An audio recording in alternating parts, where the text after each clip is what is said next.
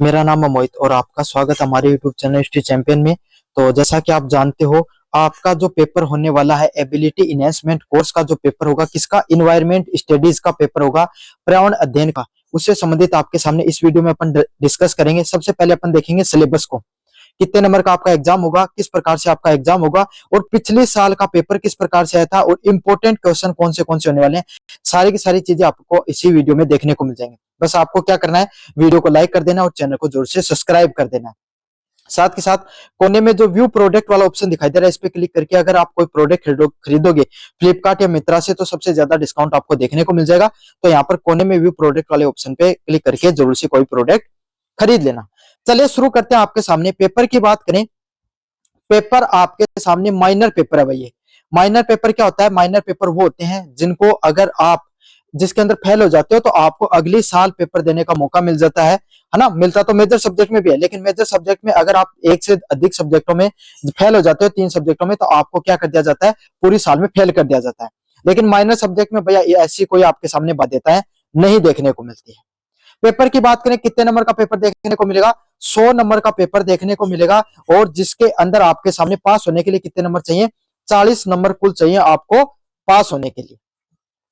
Paper के pattern की बात करें, आपके सामने पेपर के पैटर्न अपन आगे देखेंगे। पूरा का पूरा जो पिछले साल का पेपर किस तरीके से आया था उसके बारे में आपको लास्ट में बताऊंगा। मैं सबसे पहले सिलेबस बताऊंगा, फिर इंपॉर्टेंट क्वेश्चन बताऊंगा और लास्ट में अपन डिस्कस करेंगे पिछले साल का पेपर किस प्रकार का आया था भाई। तो चलिए शुरू करते हैं अपन। सबसे पहले जो आपकी यूनिट फर्स्ट है, इसके अंदर कौन से टॉपिक आते हैं? Component of environment. इन्वायरमेंट जो पर्यावरण होता है उसके कौन से घटक होते हैं, उससे संबंधित आपके सामने ये क्या है, पूरी की पूरी यूनिट फर्स्ट होती है। अब कौन से घटक होते हैं आपके सामने? एटमॉस्फेयर से संबंधित आपके सामने वायु, जो एटमॉस्फेयर होता है उससे संबंधित आपके सामने वायुमंडल से संबंधित प्रश्न देखने को मिलते हैं। हाइड्रोस्फेयर जल मंडल से संबंधित आपके सामने प्रश्न देखने को मिलते हैं। लिथोस्फेयर स्थल मंडल से आपके सामने प्रश्न देखने को मिलते हैं। और बायोस्फेयर से आपके सामने प्रश्न देखने को मिलते हैं। समझ में आ गया? तो एटमॉस्फेयर, हाइड्रोस्फेयर, लिथोस्फेयर, बायोस्फेयर। और इसमें सबसे ज्यादा अगर इंपॉर्टेंट प्रश्न कहीं से बनेगा तो एटमॉस्फेयर से बनेगा, वायुमंडल से बनेगा। अगले वाला स्कोप एंड इंपोर्टेंस, इनका क्या स्कोप है, इनका क्या इंपोर्टेंस है, इससे संबंधित आपके सामने प्रश्न देखने को मिलता है। मतलब इनका क्या महत्व है, इन सभी का, वायुमंडल का क्या महत्व है ना, हाइड्रोजल मंडल का क्या महत्व है, भूमंडल का क्या महत्व है, इससे संबंधित आपके सामने प्रश्न देखने को मिलते हैं। अगले वाले प्रश्नों की बात करें, concept of sustainability and sustainable development, सतत विकास का क्या महत्व है, सतत विकास क्या होता है, उससे संबंधित आपके सामने प्रश्न देखने को मिलते हैं। यूनिट फर्स्ट में अभी बता देता हूं, वायुमंडल से प्रश्न आएगा और सतत विकास से प्रश्न आएगा। लिख कर ले लेना, यहीं से दोनों के दोनों प्रश्न देखने को मिल जाएंगे आपके सामने। समझ में आ गया? सतत विकास वाला सबसे मोस्ट इंपोर्टेंट प्रश्न है, यहां से जाकर देख लेना। अगले वाले प्रश्न की बात करें, इकोसिस्टम क्या होता है भाई आपके सामने? इकोसिस्टम क्या होता है, जो परितंत्र क्या होता है, what is an ecosystem. Unit second है वो इकोसिस्टम परितंत्र से संबंधित है। परितंत्र क्या होता है? Structure and function of ecosystem, मतलब क्या क्या कार्य होते हैं परितंत्र के, किस किस तरीके से उसकी रूपरेखा होती है, उससे संबंधित प्रश्न आते हैं। Energy flow in an ecosystem, कोई भी परितंत्र होता है उसमें ऊर्जा का प्रवाह कैसे देखने को मिलता है, उससे संबंधित आपके सामने प्रश्न देखने को मिलते हैं। फूड चेन, खाद्य जो श्रृंखला वो क्या होती है, फूड वेव क्या होता है, इकोलॉजिकल सजेशन क्या होते हैं। तो इसमें मैं बात करूं आपके सामने, सबसे ज्यादा जरूरी है एनर्जी फ्लो वाला सिस्टम और फूड चेन वाला प्रश्न जरूर से देखने को मिलेगा, देख लेना भाई। अच्छा, परितंत्र कितने प्रकार के होते हैं? इसमें जो आपके सामने जो वन परितंत्र क्या होता है, ग्रास लैंड इकोसिस्टम क्या होता है आपके सामने, घास परितंत्र क्या होता है, डेजर्ट मरुस्थलीय परितंत्र क्या होता है आपके सामने, और इक्वेटिक आपके सामने जलीय परितंत्र क्या होता है, इससे संबंधित आपके सामने प्रश्न देखने को मिलते हैं। जिसमें बात करें तालाब की, नदियों की, है ना, और आपके सामने जो झील वगैरह है और आपके सामने जो समुद्र वगैरह, इससे संबंधित प्रश्न देखने को मिलते हैं। ये थे यूनिट नंबर सेकंड, इकोसिस्टम से संबंधित प्रश्न आएगा। और इसमें एक तो एनर्जी फ्लो वाला प्रश्न देखने को मिलेगा और आपके सामने फॉरेस्ट इकोसिस्टम या ग्रास इकोसिस्टम से प्रश्न देखने को मिलेंगे। समझ में आ गया? इंपॉर्टेंट क्वेश्चन आगे बताऊंगा, पहले सिलेबस डिस्कस कर लेता हूं, फिर आगे देखेंगे अपन इंपॉर्टेंट क्वेश्चन को।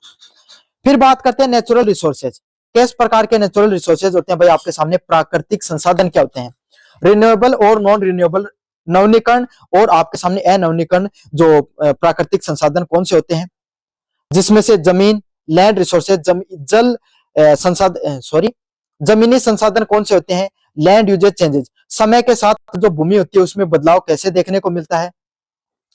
लैंड डिग्रेडेशन, जो भूमि होती है उसके अंदर धीरे धीरे वो कम उपजाऊ कैसे होती जा रही है। Soil erosion and deforestation, desertification, जो जमीन है उसका मरुस्थलीकरण कैसे होते जा रहा है और कैसे भूमि है उसका कटाव देखने को मिल रहा है।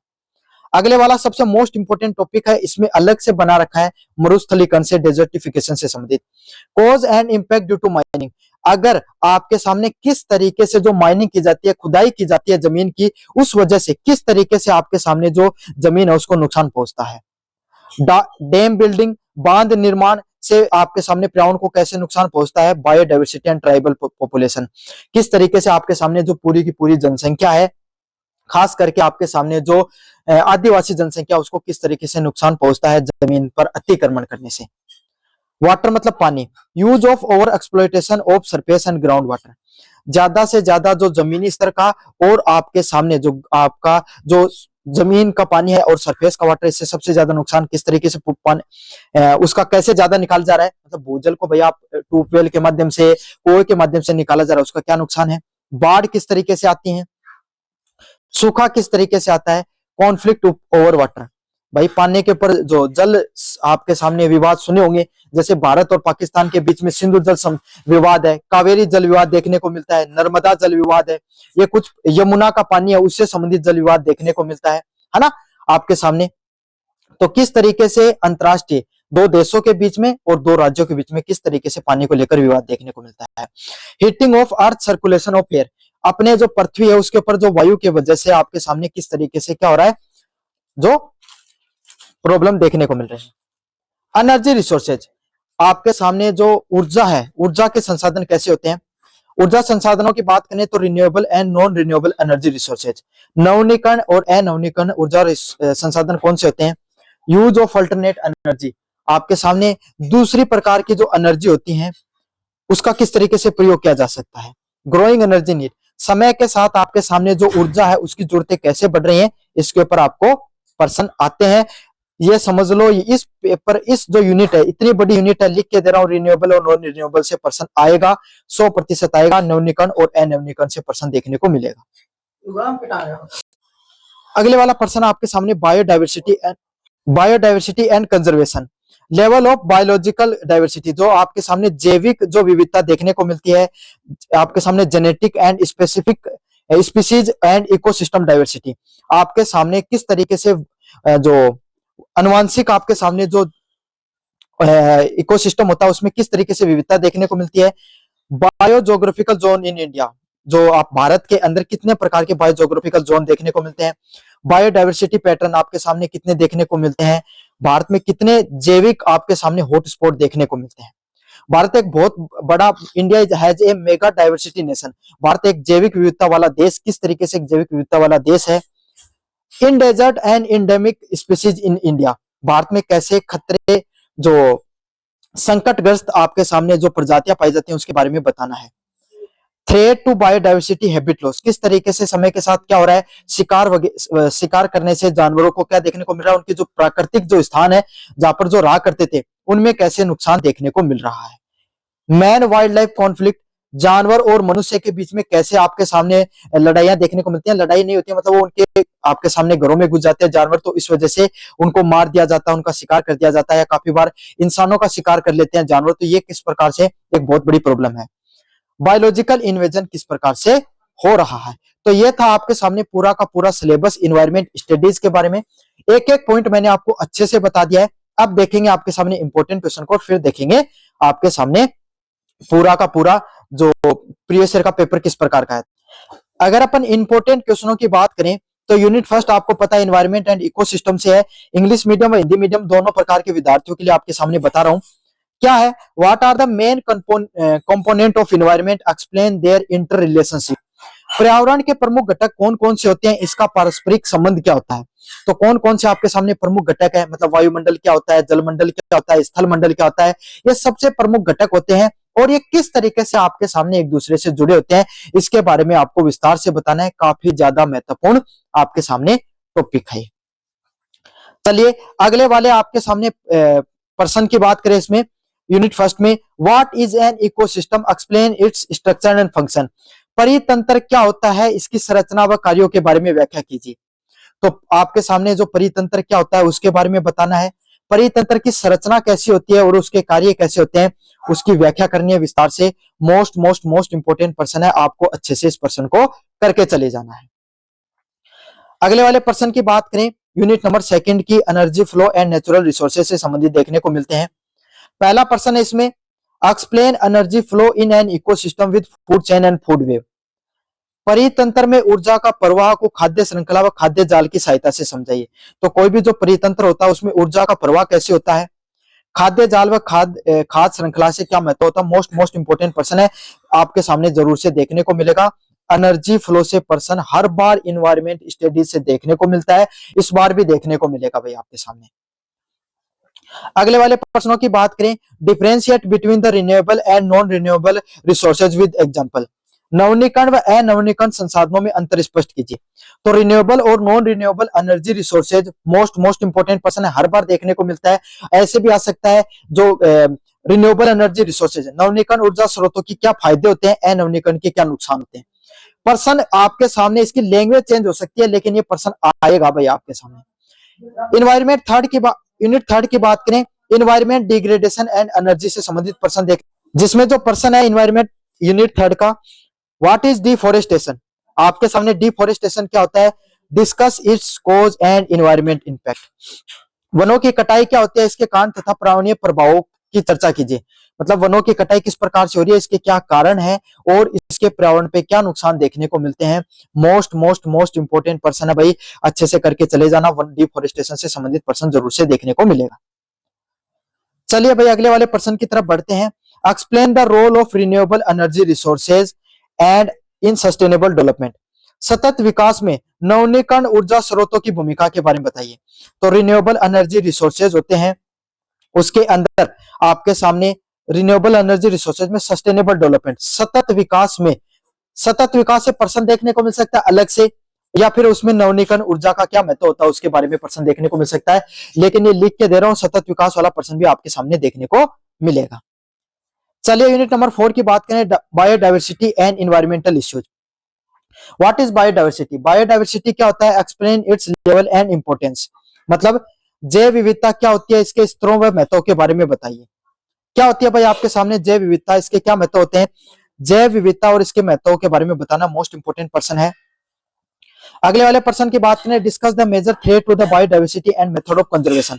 जैव विविधता के प्रमुख खतरों तथा इनके संरक्षण के उपायों के बारे में चर्चा कीजिए। आपके सामने जैव विविधता के क्या प्रमुख खतरे होते हैं और इसके संरक्षण के बारे में आपको विस्तार से बताना है। काफी ज्यादा मोस्ट इंपोर्टेंट प्रश्न है, ऐसा का ऐसा प्रश्न देखने को मिलेगा भाई। तो ये थे आपके सामने इन्वायरमेंट स्टडी से सारे इंपोर्टेंट क्वेश्चन जो मैंने बता दिए। पिछले साल का पेपर कैसा आया था वो भी बता देता हूँ अभी आपको। तो ये था आपके सामने, अब अपन लेकर आ गए भाई पिछले साल का जो पेपर देखने को मिला था end term examination, UG first semester का, शेखावाटी यूनिवर्सिटी है या अन्य कोई यूनिवर्सिटी का विद्यार्थी है तो सेम ही पेपर आता है, एनवायरमेंट स्टडीज का सेम सिलेबस रहता है। 100 नंबर का आपके सामने पेपर देखने को मिला था और 40 नंबर आपको पास होने के लिए चाहिए थे। समझ में आ गया। पेपर के घंटे की बात करें तो आपके सामने 2 घंटे का पेपर देखने को मिला था। कितने घंटे का, 2 घंटे का आपके सामने पेपर देखने को मिला था। समझ में आ गया। इसमें सेक्शन वाइज की बात करें तो इसमें सेक्शन फर्स्ट देखने को मिलता है जिसमें 10 छोटे वाले प्रश्न देखने को मिलते हैं। कैसे प्रश्न देखने को मिलेंगे भाई, 10 छोटे वाले प्रश्न देखने को मिलेंगे। इसमें प्रत्येक प्रश्न को करना अनिवार्य है, 1 से 2 लाइनों में प्रश्न करना है। काफी बच्चे इसको 10-10 लाइनों में प्रश्न कर देते हैं, नहीं, इनका उत्तर 10-10 लाइनों में नहीं, 1 से 2 लाइनों में करना है। प्रत्येक प्रश्न है वो कितने नंबर का होगा, 2 नंबर का होगा। सेक्शन बी में आपके सामने 8 छोटे वाले प्रश्न देखने को मिलेंगे, प्रत्येक यूनिट से 2, जैसे यूनिट फर्स्ट है उससे 2 प्रश्न देखने को मिलेंगे, उसमें से कोई एक प्रश्न आपको करना होता है और प्रत्येक प्रश्न को 200 वर्ड में करना होता है। 200 का अर्थ होता है आपके सामने 1.5 पेज के अंदर, एक पेज आगे पीछे का पूरा दूसरे वाला आधे में आपको करना होता है। इस प्रकार से एक प्रश्न 4 नंबर का, एक प्रश्न 10 नंबर का, 4 प्रश्न 40 नंबर के हो गए आपके सामने। अगले वाला है टाइप सी होता है जिसमें 4 लॉन्ग प्रश्न करने पड़ते हैं, उसमें से आपको कोई 4 प्रश्न आते हैं, उसमें से कोई 2 प्रश्न करना पड़ेगा, उसमें अथवा में नहीं आते, ऐसे कैसे देखने को मिलते हैं और प्रत्येक प्रश्न 20 नंबर का होता है। चलिए अब प्रश्नों की बात करें। पहला प्रश्न है what is ecosystem explain in brief. परितंत्र क्या होता है, संक्षेप में बताइए परितंत्र क्या होता है। अगले वाला प्रश्न देखने को मिला था डिफाइन द जेनेटिक बायोडायवर्सिटी। अनुवांशिक जैव विविधता को परिभाषित कीजिए। मतलब अनुवांशिक जैव विविधता क्या होती है उसके बारे में विस्तार से बताना है। काफी ज्यादा मोस्ट इंपोर्टेंट पर्सन आपके सामने ऐसा कैसा देखने को मिलेगा। When is world environment day celebrated? विश्व पर्यावरण दिवस कब मनाया जाता है? इस प्रकार का प्रश्न देखने को मिला था, आपको इसके बारे में विस्तार से बताना था। What do you mean बायोमी? Biome किसे आप क्या समझते हो? इससे संबंधित प्रश्न देखने को मिला था, मोस्ट इंपोर्टेंट प्रश्न है।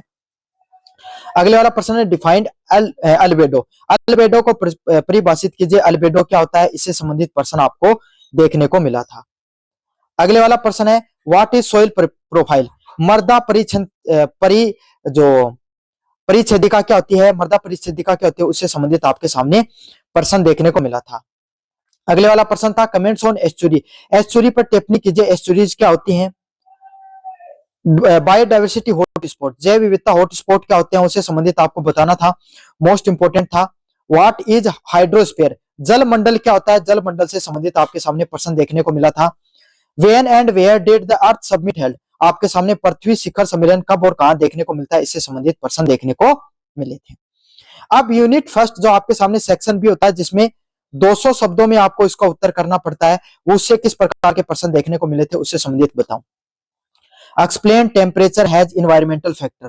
तापमान को पर्यावरणीय कारकों के रूप में समझाइए। मतलब तापमान किस तरीके से पर्यावरणीय कारकों के रूप में काम करता है उसके बारे में विस्तार से बताना था। कमेंट ऑन कम्युनलिज्म, सह परोपकारी पर टिप्पणी कीजिए। मोस्ट इंपोर्टेंट प्रश्न है भाई आपके सामने, सह परोपकारिता क्या होती है उस पर टिप्पणी करनी थी। पॉन्ड इकोसिस्टम क्या होता है? तालाब परितंत्र क्या होता है? फूड चेन, खाद्य श्रृंखला किस प्रकार से क्या होती है उसके बारे में आपको बताना था। इन दोनों में से कोई एक प्रश्न आपको करना था। यूनिट नंबर 3 की बात करें, green house effect, green house प्रभाव क्या होता है इसके बारे में बताना है। मोस्ट इंपोर्टेंट प्रश्न है भाई आपके सामने देखने को मिला था। इस अगले वाला है कमेंट ऑन सॉइल इरोजन, मृदा क्षरण क्या होती है? मृदा क्षरण पे आपको टिप्पणी करनी है। मोस्ट इंपोर्टेंट प्रश्न भाई, मृदा क्षरण क्या होती है। अगले वाला है बायोजोग्राफिकल जोन इन इंडिया, भारत में जैव भौगोलिक क्षेत्र कौन से होते हैं? तो भारत में कितने प्रकार के बायोजोग्राफिकल जोन देखने को मिलते हैं? इससे संबंधित प्रश्न देखने को मिले था, मोस्ट इंपोर्टेंट प्रश्न है। अगले वाला है explain man wildlife conflict, मानव वन्य जीव के बीच में संघर्ष किस प्रकार से होते हैं उसके बारे में आपको बताना है। सेक्शन सी की बात करें, right A detail account on concept and strategies of sustainable development. मैंने बार बार कहा है, अनेक बार कहा है, सतत विकास से संबंधित प्रश्न देखने को मिलेगा और ये प्रश्न इस बार भी आपके सामने रिपीट हो सकता है भाई। अगले वाला प्रश्न है what is ecological succession, write its type pattern process with the suitable example. प्रास्थितिक अनुक्रमण क्या होते हैं, इसके पैटर्न तथा क्रिया विधियों के बारे में उदाहरण सहित बताइए। मोस्ट इंपोर्टेंट प्रश्न आपके सामने भाई, प्रास्थितिक अनुक्रमण क्या होते हैं इससे संबंधित प्रश्न देखने को मिलते हैं। What is the natural resources, right an essay on renewable resources. तो आपके सामने इस बार नॉन रिन्यूएबल को पढ़ के चले जाना, ये प्रश्न देखने को मिलेगा। नवीनीकरण ऊर्जा संसाधन कौन से होते हैं? मोस्ट इंपोर्टेंट प्रश्न है, ऐसा का ऐसा छपेगा भाई। प्राकृतिक संसाधनों को परिभाषित कीजिए। नवीनीकरण प्राकृतिक संसाधनों पर एक लेख लिखिए। अगला है give a detail account on biodiversity conservation, जैव विविधता संरक्षण पे आपको क्या करना है? एक विस्तृत लेख लिखना है। क्या होती है बायोडाइवर्सिटी कंजर्वेशन? तो ये था आपके सामने पूरा का पूरा पेपर जिसमें एनवायरमेंट स्टडीज के बारे में अपन ने पढ़ा। कैसा लगा आपको वीडियो? जोर से बताना, चैनल को जोर से सब्सक्राइब कर देना। धन्यवाद।